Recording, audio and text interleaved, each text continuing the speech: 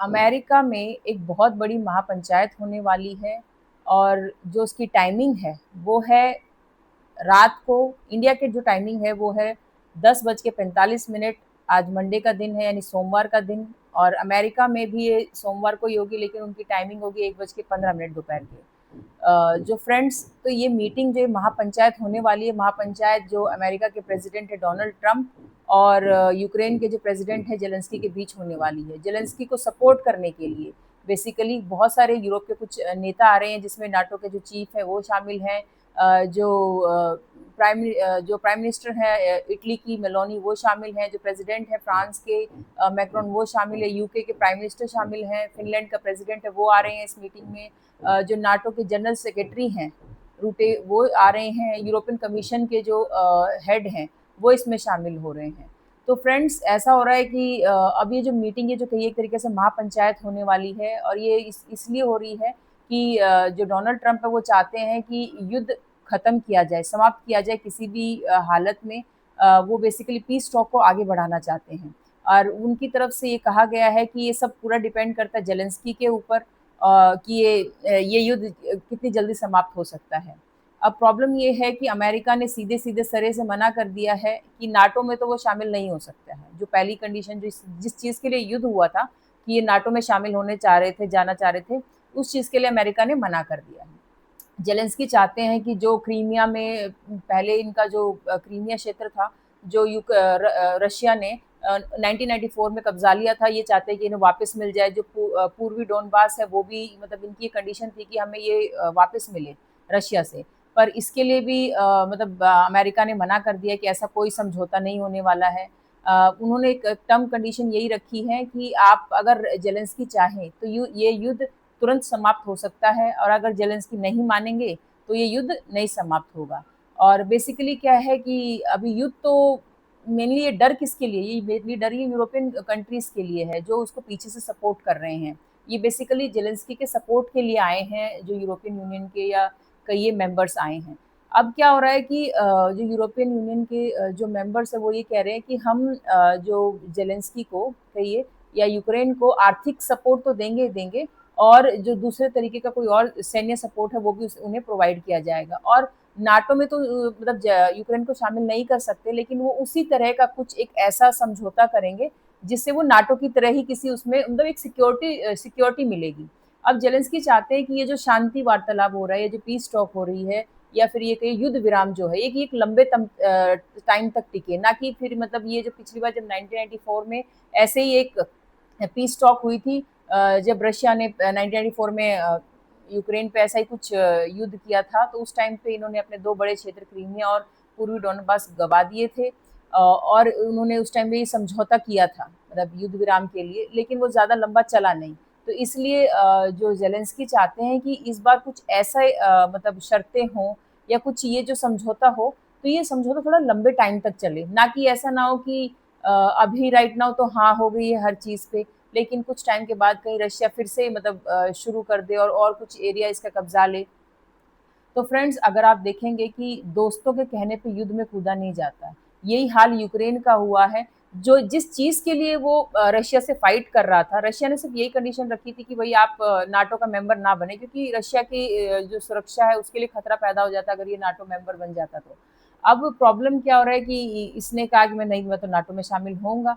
तो अब ये ना तो इसके वो मतलब हाथ लगा, नाटो मेंबरशिप कुछ हाथ नहीं लगा, क्योंकि नाटो कंट्रीज़ की शर्त थी कि जो देश युद्ध में होता है, वो कभी भी नाटो का मेंबर नहीं हो सकता है। दूसरा, सारे जो नेटो कंट्रीज़ हैं, वो मतलब राज़ी होने चाहिए किसी और दूसरे कंट्रीज़ के कंट्री को नाटो में शामिल करने के लिए। अब ये भी चीज़ नहीं हो रही है। तो यूक्रेन को इस युद्ध में कुछ हासिल नहीं हुआ, मैसिव डिस्ट्रक्शन हुआ। और मतलब अब क्या है कि जो इसमें अपर हैंड दिख रहा है, मतलब रशिया एक तरीके से देखें तो अपर हैंड है। और यूरोपियन कंट्रीज नहीं चाहते कि रशिया अपर हैंड पे रहे या फिर मतलब उसका दबदबा ज़्यादा रहे। वो चाहते हैं कि कहीं न कहीं जेलेंस्की को भी कुछ थोड़ा सपोर्ट मिले। वो मतलब उसके सपोर्ट के लिए यहाँ पे वाशिंगटन डीसी में आए हैं। एक तरीके से आप देखिए कि एक इंसान के साथ, जैसे पुतिन तो अकेले ही आए थे अलास्का में, उनके साथ कोई और दूसरा कंट्री सपोर्ट के लिए नहीं आया था। लेकिन आप देखेंगे कि वाशिंगटन डीसी में जेलेंस्की के साथ पूरे यूरोपियन कंट्रीज के बड़े बड़े नेता आ रहे हैं, यूरोपियन जो कमीशन है उसके हेड आ रहे हैं, नेटो के जो जनरल सेक्रेटरी है वो आ रहे हैं।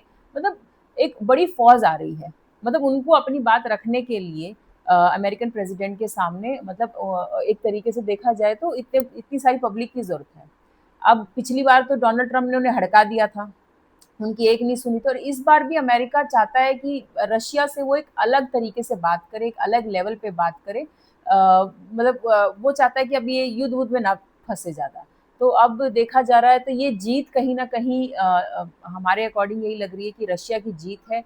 जो नेक्स्ट मीटिंग होगी, जो अब नो डाउट अब अमेरिका है, अमेरिका तो अपना सपोर्ट करेगा नहीं आगे चल के यूक्रेन को किसी भी चीज़ में, और अमेरिका कहीं न कहीं यूरोप कंट्रीज़ पे प्रेशर बनाएगा कि यूक्रेन को अगर हेल्प नहीं करनी है, क्योंकि अगर यूक्रेन अभी राइट नाउ मानता नहीं है तो वो युद्ध में रहेगा ही। और आगे चल के रशिया, मतलब ये सपोर्ट जो यूरोपियन कंट्रीज कर रहे हैं, कहीं ना कहीं अमेरिका को बुरा लगेगा और अमेरिका प्रेशर टेक्निक अपनाएगा, और ये यूरोपियन कंट्रीज भी शायद एक टाइम के बाद यूक्रेन की हेल्प करना बंद कर देंगे। कहीं ना कहीं देखा जाए तो इस पूरे युद्ध में जेलेंस्की को पर्सनल लेवल पे भले फायदा हो, क्योंकि वो एक ऐसा नेता, वो चाहता है कि युद्ध रुके ना, क्योंकि अगर युद्ध रुक जाएगा, एज एन पर्सन युद्ध रुक जाता है उसके लिए, तो उसको कहीं ना कहीं जो बहुत सारे जो बेनिफिट्स मिल रहे हैं, या फिर उसने जो कही एक तरीके से आप समझते ही होंगे कि जब युद्ध होता है तो बहुत सारे करप्शंस होते हैं, एक तरीके से देखा जाए, और कोई नेता नहीं चाहता कि वो युद्ध रोके, क्योंकि अभी उसे यूरोपियन कंट्री से हेल्प आ रही है, पैसा आ रहा है अंधा, तो वो क्यों चाहेगा कि युद्ध रुके। लेकिन अभी जेलेंस्की के ऊपर इंटरनेशनल प्रेशर है, और प्रेशर बहुत हाई है, और वो भी सुपर पावर का प्रेशर है। और डोनाल्ड ट्रंप जैसे नेता से मिलने से पहले जेलेंस्की को काफ़ी टफ होना पड़ेगा, इसलिए उन्हें इतने बड़े सपोर्ट की ज़रूरत, और इतने लाभ लश्कर के साथ वो वॉशिंगटन डीसी पहुंच रहे हैं। और आज ये जो महापंचायत होने जा रही है, इस पर पूरे वर्ल्ड की नज़र होगी, पूरे वर्ल्ड की। कहीं ना कहीं आप देखिएगा कि रशिया का जो मीडिया है, इंडिया का ये, या फिर अमेरिका, या फिर जो एशिया के जितने भी न्यूज़ चैनल है या मीडिया हाउसेस हैं, वो आज इस न्यूज़ पे पूरी नज़र बनाए होंगे, क्योंकि इस युद्ध से कहीं न कहीं बहुत सारा डैमेज तो हुआ ही है। और अगर ये ज़ेलेंस्की मान जाते हैं, तो कहीं न कहीं जो अमेरिका और इंडिया के रिश्ते जो खराब हुए हैं बिकॉज़ ऑफ रशिया, वो ठीक हो जाएँगे, क्योंकि जब जब ये युद्ध विराम ही हो जाएगा, तो जो सैंक्शंस लगे हैं, जिस वज़ह से सैंक्शन लगने जा रहे हैं कि रशिया से हम तेल खरीद रहा है इंडिया, या चाइना खरीद रहा है, तो वो जो वजह ही नहीं रहेगी। तो फिर किस बात की मतलब इंडिया के ऊपर सैंक्शंस लगेंगे, या फिर रशिया के ऊपर कुछ ऐसा होगा। तो अभी ऐसा लग रहा है कि जेलेंस्की साहब थोड़े डरे डरे से हैं, इसलिए इतनी पब्लिक की उनको जरूरत है। वो होता नहीं हमारे में कि भाई तू लड़ ले, हम तेरे पीछे हैं, भाई तू लड़ ले, हम तेरे पीछे हैं, तू जा, तू उसे फेस कर। तो अभी कुछ हाल ऐसी ही महापंचायत का है कि बड़े साहब ने उन्हें बुलाया है, और जेलेंस्की को जाना पड़ेगा, और वहाँ जो होगा उनके साथ, वो तो अब आप खुद ही देखेंगे, जो उनके ओवल हाउस में जिस हिसाब से, जिस पिछली बार जैसे उनके साथ जो उन्होंने ट्रीट किया था जेलेंस्की को, डोनाल्ड ट्रम्प ने जिस तरीके से किसी कंट्री के प्रेसिडेंट को ट्रीट किया था, वो तो मतलब सारी दुनिया में एक शॉक हो गए थे कि इस तरीके से भी कोई किसी के प्रेसिडेंट को ट्रीट कर सकता नहीं। वहाँ कहीं ना कहीं देखा जाए तो अमेरिका के प्रेसिडेंट ने अपना अड़ियल बिहेवियर और दिखाया था, और मतलब वो कोशिश की थी कि वो एक बहुत डोमिनेंट नेचर के इंसान हैं, और यूक्रेन की क्या हिम्मत है कि वो उनके सामने ऐसा कुछ बोल जाए। वो मतलब वो उस तरीके से थे डोनाल्ड ट्रंप की, भाई इधर माई वे और हाईवे, भाई हम आपके सर्व ऊपर हैं, और आपको हमारा ही ऑर्डर मानना पड़ेगा, क्योंकि जो ये वॉर हो रही है सब हम सपोर्ट कर रहे हैं। और एज पर डोनाल्ड ट्रंप, ये वॉर तो बाइडेन ने शुरू की थी, ना कि डोनाल्ड ट्रंप ने। डोनाल्ड ट्रंप तो हमेशा युद्ध खत्म करते हैं, जैसे कि अफगानिस्तान में अमेरिकन सेना को भगा के ले गए थे, वो जिस तरीके से ले गए थे, जो हाल करके लेके गए थे, सबने देखा ही था। ऐसा ही कुछ जो बाइडेन ने भी यहाँ पे युद्ध शुरू किया और हेल्प की यूक्रेन की, और अब देखिए ये उसे समाप्त करना, मतलब उनको एक तरीके से कहिए कि नोबेल पीस प्राइज चाहिए, बहुत जल्दी चाहिए, और वो इतनी हड़बड़ी में लगे हैं कि ये जल्द से जल्द युद्ध विराम हो, क्योंकि अमेरिका की सारी एनर्जी और फोकस यहाँ इधर जा रहा है, और इस तरीके की वर्ल्ड के जो कंट्रीज है, वहाँ पे अब ऑर्डर्स चेंज हो रहे हैं, पावर के ऑर्डर, स्पेशली सेकंड नंबर पे चाइना है, थर्ड नंबर पे आज नहीं कल नहीं कुछ साल बाद इंडिया भी आ जाएगा। तो उसके लिए जो अभी खतरे की जो घंटी बजी हुई है, वो चाइना और इंडिया से बजी हुई है, और अभी उसके रिश्ते इंडिया के साथ थोड़े खराब चल रहे हैं।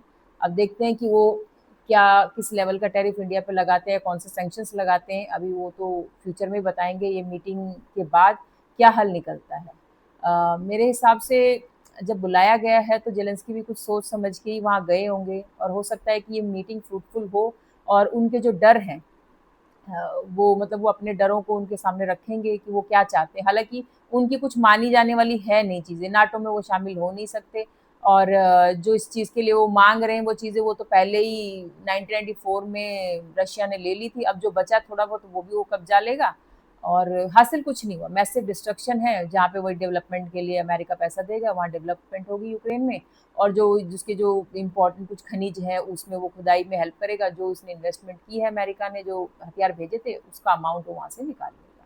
यही कुछ मतलब होगा। तो कहीं न कहीं युद्ध से कोई देश कुछ हासिल नहीं करता है। जो दूसरों के कहने पे लड़ाई करता है उसे कुछ हासिल नहीं होता है। तो इस मीटिंग का आप देखिएगा कि जो अभी और जो फ्यूचर अपडेट्स होंगी मैं आपको अपडेट करती रहूँगी। लेकिन अभी फ़िलहाल राइट नाउ यही अपडेट है कि महापंचायत होने वाली है, और आज इंडियन टाइम के अकॉर्डिंग 10:45 पे रात को होगी, और अमेरिका के टाइम के हिसाब से 1:15 पे होगी, मंडे को होगी, और आज मंडे है। तो देखिए, स्टे ट्यून्ड। आपको और फर्दर इन्फॉर्मेशन जो होगी मैं आपको प्रोवाइड करती रहूँगी। अगर आपको ये अच्छा लगा हो तो आप मेरे चैनल को लाइक और सब्सक्राइब ज़रूर करें। Thank you for watching.